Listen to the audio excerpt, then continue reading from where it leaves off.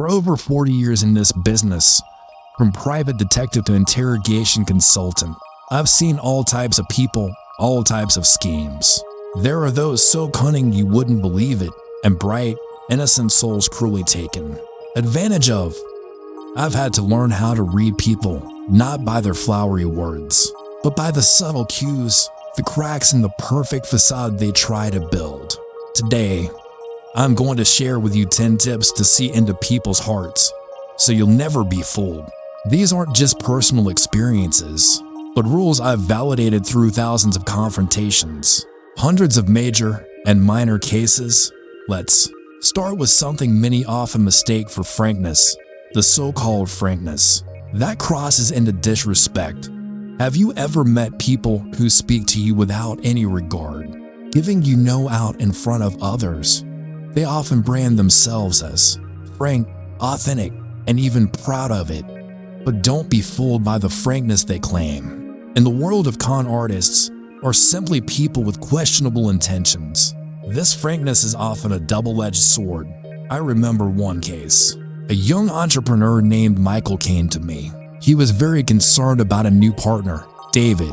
David constantly spoke frankly about Michael in front of other employees, even pointing out Michael's smallest mistakes in meetings. Michael initially thought David was honest, someone who didn't hide anything. But I pointed out to him that David wasn't criticizing the work. He was systematically undermining Michael's credibility. This type of person isn't interested in improving the situation. They just want to control you, to weaken your self-confidence. When someone consistently shows you no regard, especially in front of a crowd, that isn't honesty, that's an act of aggression. Consider the neurological response when we face public criticism. Our brains, specifically the amygdala, perceive it as a social threat, triggering a primal fight or flight response. This isn't about constructive feedback. It's about diminishing your perceived value. Such words aren't meant to build, but to dismantle your image in the eyes of others, and more importantly, in your own. It's a subtle form of psychological warfare. This kind of frankness strips away your dignity, leaving you feeling exposed and vulnerable. It chips away at your self-worth, making you question your own capabilities. So, when someone speaks to you frankly to the point of disrespect, do you truly believe that's a sign of sincerity? Or is it a calculated attempt at manipulation? A power play designed to keep you off balance and under their thumb? Have you ever found yourself in a situation where someone's honesty felt more like an attack than a genuine critique? And how did that make you feel about yourself and your capabilities? Next, let's talk about a linguistic trap that many have fallen into. When someone tells you they are criticizing the person, not the action, be careful. Don't doubt it, because there's a 99% chance they're targeting you personally. This is a classic psychological trick, a way to launch a personal attack while maintaining an objective facade. It's a subtle but insidious form of gaslighting, making you question your own perceptions of their intent. I once handled a painful divorce case. The husband constantly told his wife that he had no problem with how she cooked or how she cared for their children. The problem, he insisted, was simply her as a person. He'd say, "You're a good person, but you have an annoying temperament." This is an incredibly toxic accusation because it offers the target no path to redemption or improvement. When you're criticized for being the person rather than the action, you're stripped of the ability to change or correct course. You can't fundamentally alter who you are in response to such a vague and sweeping condemnation. This is a direct assault on your intrinsic value, leaving you feeling deeply hurt, unjustly judged, and utterly hopeless from a psychological standpoint. This kind of personal attack triggers our deepest insecurities.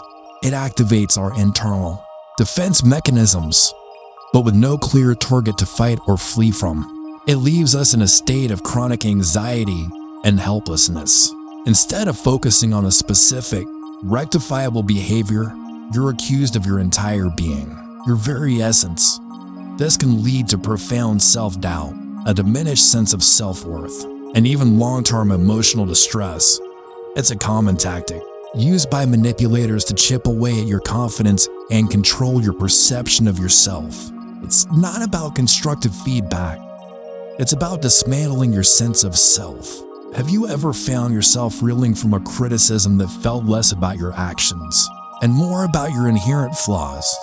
How did you navigate that feeling of being unfairly targeted? And how do you differentiate between feedback that aims to help you grow and an attack designed to diminish you? Now, we'll go deeper into a more intuitive aspect, a feeling that we often have a tendency to dismiss or rationalize away. The power of the first impression. If you feel an immediate aversion or dislike for someone right from the initial encounter, it's almost always best to create distance and avoid them as soon as possible. I know, this might sound irrational, even perhaps a bit prejudiced to some.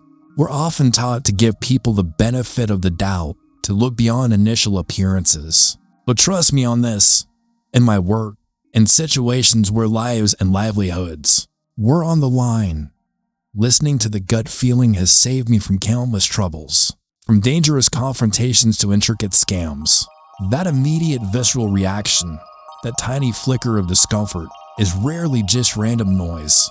Consider the case of Sarah, a young client of mine who was looking for a new financial manager after inheriting a substantial sum. She met with several candidates, and one particular man, Mr. Thompson, was exceptionally polite, articulate, and presented himself impeccably. Yet, Sarah confided in me that she had an inexplicable feeling of unease, a nagging sense that something was off about him. Right from their very first meeting, she tried to override the feeling, telling herself she was being overly critical, perhaps even judgmental. She dismissed it as nervousness about managing her new wealth. A few months later, Mr. Thompson vanished, along with Sarah's entire inheritance. When I investigated, it became clear he was a sophisticated con artist with a long history of preying on vulnerable individuals. Sarah's initial feeling of unease was her subconscious mind picking up on subtle cues, micro-expressions, vocal tonality shifts, or inconsistencies in his demeanor that her conscious mind hadn't yet registered scientifically. This phenomenon is rooted in our brain's rapid threat assessment system. Our amygdala, the part of the brain responsible for processing emotions like fear, can process information about new people incredibly quickly, sometimes within mere milliseconds, generating a preliminary, often unconscious, evaluation of whether someone is safe or dangerous. This is an ancient, evolved mechanism designed for survival. While it's not foolproof, and we shouldn't let it lead to unfair prejudice, it's a powerful and often accurate tool for detecting subtle threats or incongruencies that our logical mind might miss. It's your brain's way of saying, warning, something is off here. When you experience that inexplicable discomfort, that subtle gut wrench, it might just be your brain sounding an alarm about nonverbal signals you haven't yet fully recognized. It's a powerful intuitive signal that warrants attention, not dismissal. So, I have to ask you, how often do you truly listen to your gut feelings when you meet new people? Do you tend to override those initial, subtle warnings in favor of logical explanations, only to regret it later when those feelings prove to be astonishingly accurate? And now, let's dissect one of the clearest and most common tells of underlying insecurity. A pattern of behavior that, once you recognize it, becomes almost transparent: the need to impose one's will or presence through sheer volume or speed. The person who speaks loudly, speaks rapidly, and overtly attempts to use their perceived authority or forceful demeanor to dominate or impose upon others. That individual, ironically, is often the one who harbors the deepest internal lack of self-confidence. They are essentially creating a noisy, aggressive facade, a performative display of strength designed to desperately conceal their profound inner weaknesses and anxieties. Conversely, the individual who speaks in a measured, gentle, and composed manner is typically the one whose arguments are inherently clear, logically sound, and built on a foundation of genuine conviction. The truly capable, truly self-assured person has absolutely no need to resort to brute force or overt authority to impose their views on others. Their competence speaks for itself. I recall a particularly challenging interrogation involving a prime suspect in a massive corporate fraud scheme. When he was first brought in, he was extremely aggressive. His voice was booming. He would constantly interrupt me, deliberately, trying to hijack the flow of the conversation and attempting to physically dominate the space with his posture. He endlessly boasted about his supposed vast wealth, his unbreakable connections, and his supposed immunity to any legal repercussions. But I, drawing on my decades of experience, immediately recognized this as a classic, over-the-top performance, a transparent veneer designed to mask profound fear and insecurity. I maintained a calm, almost placid demeanor. I listened intently, allowing him to exhaust his bluster, and then, with surgical precision, I began to ask pointed, incisive questions that zeroed in on the undeniable inconsistencies and vulnerabilities in his fabricated narrative. Slowly, but inevitably, the elaborate wall of false confidence he had constructed began to crumble before my eyes. The more I remained composed, the more agitated he became, and the more cracks appeared in his carefully crafted facade. Ultimately, his elaborate charade collapsed entirely, and he confessed. From a psychological perspective, this behavior is a textbook example of overcompensation.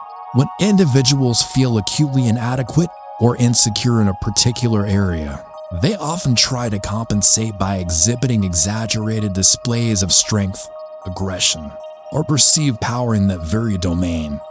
It's a desperate, often unconscious, defense mechanism meticulously designed to protect their fragile ego and to project an image of dominance that they deeply wish was their reality. They fear their inherent weaknesses being exposed, so they attempt to control the entire interaction by aggressively imposing their presence and views. In stark contrast, individuals who possess genuine, deeply rooted self-confidence have no inherent need to prove anything to anyone. They are intimately aware of their own intrinsic worth, their capabilities, and their arguments, and they allow their consistent actions and the clarity of their reasoning to speak volumes, rather than relying on a loud voice or an intimidating posture. So, I encourage you to observe the people around you. How do they typically attempt to convey their confidence, or perhaps their lack thereof? Do they resort to speaking loudly and quickly, interrupting others and dominating conversations? Or do they approach interactions with a sense of calm composure, listening actively, and allowing their reasoned arguments to carry the day? And what do you believe this fundamental difference reveals about their true inner state and their level of authentic self-assurance? Now, here's one that might sound a little unconventional, but it's a trick I picked up from an old contact who specialized in counterintelligence. It's about gauging whether someone is truly paying attention to you, or if their gaze is just an empty stare. If you feel someone is looking at you, try sneezing. If that person also sneezes, it's a strong indication they were genuinely observing you, truly attuned to your presence. Why? Because sneezing, much like yawning, is a surprisingly contagious reaction, often an unconscious mimicry driven by our brain's mirror neuron system. I remember once, I was tailing a particularly elusive suspect in a crowded market. He was known for his extreme paranoia and his ability to blend in seamlessly. I felt his eyes on me, even though he was trying to look utterly nonchalant, engrossed in a fruit stand. So, I decided to test his awareness. I deliberately and somewhat dramatically let out a loud, exaggerated sneeze. A few seconds later, almost on cue, I saw him subtly flinch and then let out a smaller, more discreet sneeze of his own, almost like an echo. That confirmed it for me. He wasn't just idly glancing, he was actively monitoring my movements, his subconscious mind mirroring my action physiologically. This phenomenon is deeply rooted in our brain's mirror neuron system. These specialized neurons fire not only when we perform an action ourselves, but also when we observe someone else performing that same action. This is the neurobiological basis for why yawns are so famously contagious, and to a lesser extent, why sneezes can also spread, especially when you're subconsciously attuned to someone's presence and actions. It's a subtle, almost involuntary neurological reaction that bypasses conscious thought and deliberate intent. It's a small, almost imperceptible test, but it tells you a tremendous amount about the level of genuine engagement, the unspoken connection you're getting from another person. It indicates that their awareness of you is deep enough to trigger an involuntary physiological response. Have you ever noticed yourself reflexively mirroring someone else's actions? Perhaps crossing your arms when they do, or adopting a similar posture. This little trick taps directly into that subconscious, empathetic, and highly perceptive connection. Try it sometime. It's a fascinating insight into human interaction. But don't blame me if you inadvertently start a chain reaction of sneezes in a quiet public space. Let's move on to something that's often a glaring, almost theatrical giveaway for hidden insecurities and deep-seated fears. The things a person boasts about the most are, with astonishing consistency, the very things they are most profoundly lacking or insecure about. What they feel compelled to talk about endlessly, what they constantly attempt to project and emphasize, is often their deepest vulnerability, their most significant area of inadequacy. This isn't just about financial bragging. Mind you, it applies to virtually every facet of life, from intellectual prowess and moral integrity to personal happiness, professional success, and the perceived strength of their relationships. It's a universal human tendency to overcompensate. I vividly recall a particularly challenging case involving a high-profile, ostensibly successful public figure who was perpetually, relentlessly, almost to the point of obsession, talking about his vast network of incredibly powerful friends and how impeccably connected he supposedly was. He would constantly drop names of influential people, insist he could get absolutely anything done with a single, effortless phone call, and brag about the exclusive circles he moved in. He wanted everyone to believe he was indispensable, untouchable. Yet, when a genuine existential crisis hit his career and reputation, when he truly needed genuine support and influence, he was utterly and shockingly isolated. No one, not a single one of those powerful friends, came to his aid. His calls went unanswered, his messages unreturned. It turned out his network was superficial at best, built on fleeting transactional relationships, and at worst, entirely fabricated, a grand illusion he meticulously constructed. His incessant, almost desperate, boasting was a transparent and profound attempt to convince himself and everyone within earshot that he wasn't alone, that he wasn't powerless, and that he was indeed valued and influential psychologically.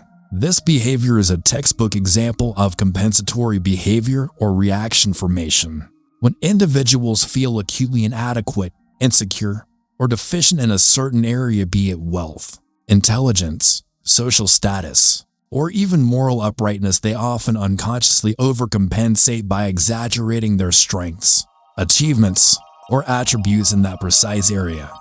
It's a robust, albeit often maladaptive, psychological defense mechanism meticulously designed to protect their fragile ego and to project an idealized image they desperately wish was their authentic truth. It's a smokescreen, a performance to distract from the underlying insecurity. Think about it for a moment. Have you ever encountered someone who constantly preaches about their unwavering honesty and integrity, only to discover later that their actions consistently contradict their words? Or perhaps someone who incessantly boasts about their immense wealth, yet lives a surprisingly frugal, almost Spartan life, or is perpetually anxious about money. What do you believe this persistent, almost compulsive need to prove something, to project an exaggerated image, truly reveals about a person's inner state, their genuine level of self-worth, and the hidden fears they might be desperately trying to conceal from the world and perhaps even from themselves.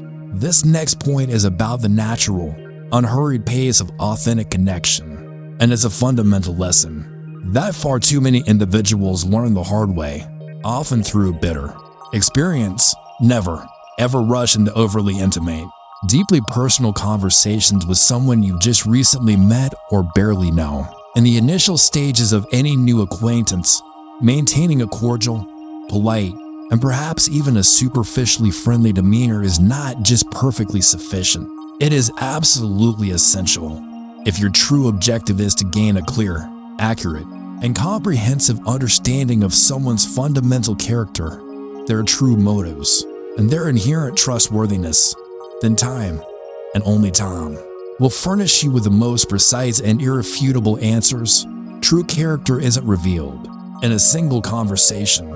It unfolds through consistent patterns of behavior observed over an extended period. I have personally witnessed countless individuals, particularly those who are eager to form new bonds, perhaps having recently moved to a new city, started a new job, or simply feeling a bit isolated, get severely burned, financially and emotionally, by the grave error of opening up too quickly, too comprehensively, and too intimately. They meet someone new, perhaps feel an instant, superficial click or rapport, and within a matter of days or even hours, they've shared their entire life story, their deepest vulnerabilities, their financial details, their private aspiration, and their personal fears. And then, with an almost predictable and chilling suddenness, they find themselves in a profoundly compromised or exploited position. I recall a poignant case involving a young woman named Emily who, in her commendable but naive eagerness to forge new friendships in a new town, confided in a new acquaintance, a seemingly charming woman she'd met at a social gathering, all the intricate details of a recent significant inheritance. Within a mere few weeks, that friend had meticulously manipulated Emily into making a series of disastrous, high-risk investments, ultimately defrauding her of a substantial portion of her newfound wealth. The undeniable truth is that genuine trust, profound understanding, and a robust, reliable connection take a considerable amount of consistent effort and, crucially, time to meticulously build. Our brains are indeed wired to form rapid judgments, often based on fleeting superficial similarities, shared interests, or an immediate sense of rapport. However, true, unassailable character is revealed only through consistent, observable behavior over a significant period under a diverse array of pressures, challenges, and temptations. Rushing intimacy completely bypasses this critical, almost indispensable vetting process, the process that allows you to observe and assess how someone truly behaves when they are under duress, when circumstances become difficult, when they are not immediately getting what they desire, or when their true, underlying motives are gently but firmly challenged. It's during these authentic moments, rather than during initial pleasantries, that true character emerges. So, I urge you to reflect. Do you often find yourself confiding sensitive or personal information in new acquaintances, perhaps too quickly, driven by a desire for connection or validation? Or do you consciously and patiently take your time, meticulously observing and truly understanding someone's consistent actions and reactions before you cautiously allow them into your inner circle and entrust them with your vulnerabilities? What do you believe are the greatest risks of premature intimacy in a new relationship, whether it be personal or professional, and how do you protect yourself from those risks? And finally, a point that might genuinely surprise some of you, as it often goes against ingrained social expectations and common perceptions: never, ever look down upon or dismiss people who are consistently comfortable eating alone or who frequently choose to be in their own company in public settings. These individuals are, more often than not, people who possess extraordinarily clear objectives, a profound sense of purpose, and an unshakable inner compass. Mature, Truly self-aware individuals understand with absolute clarity that actively pretending to fit in or engaging in superficial social interactions merely to conform to external expectations is, fundamentally, a colossal waste of their precious time and mental energy. They are not defined by external validation or the need for constant social engagement. Instead, they are the ones who are often silently, diligently, and methodically honing their skills, cultivating their expertise, and refining their character in the quiet solitude of their own chosen darkness, so that one day, when the moment is right, if they don't explicitly shine in a public spotlight, they will at the very least make a profound, undeniable, and truly impactful statement that resonates deeply. In my extensive years of observation within various contexts, from the quiet corners of libraries where scholars toiled to the bustling cafeterias of high-stakes corporate environments, and even the solitary diners in upscale restaurants, I've observed this phenomenon repeatedly and consistently. The person who is visibly comfortable and content eating alone in a bustling restaurant, or who diligently works on a complex project while their colleagues are socializing around the water cooler, isn't necessarily antisocial, lonely, or awkward. More often than not, they are remarkably focused, incredibly disciplined, and deeply comfortable with their own company, their own thoughts, and their own trajectory. They fundamentally do not seek constant external validation for their choices, their thoughts, or their very presence. I vividly recall a quiet, unassuming analyst I once worked with during a particularly intricate financial fraud investigation. He always ate lunch at his desk, meticulously reviewing complex spreadsheets and databases. His more gregarious colleagues often dismissed him as odd, a bit of a recluse, and socially awkward. Yet, when the seemingly impenetrable, high-stakes case reached its critical juncture and all the social butterflies were stumped, he was the one who, thanks to his relentless, focused dedication, his deep dives into data, and his undisturbed periods of profound thought, cracked the case wide open with an ingenious insight no one else had considered. Physiologically and psychologically, spending dedicated, uninterrupted time alone allows for deep introspection, critical self-reflection, and highly focused, deliberate thinking. Cognitive processes that are often severely stifled, fragmented, and diluted in noisy, distracting group settings. It creates an optimal environment for the brain to consolidate thoughts, strategize effectively, engage in profound creative problem solving, and develop complex ideas without external interference or social pressure. These individuals are often masterfully leveraging their time and mental resources with unparalleled efficiency, consistently prioritizing their long-term objectives and personal growth over ephemeral social niceties or the fleeting need for external company. So, I invite you to reflect. Do you ever feel a sense of discomfort or unease when you find yourself eating or simply being alone in public? What immediate assumptions do you tend to make consciously or unconsciously about people who appear perfectly content and absorbed in their own solitude in public spaces? And perhaps, what could you potentially gain in terms of focus, clarity, and personal growth by embracing periods of comfortable solitude in your own life?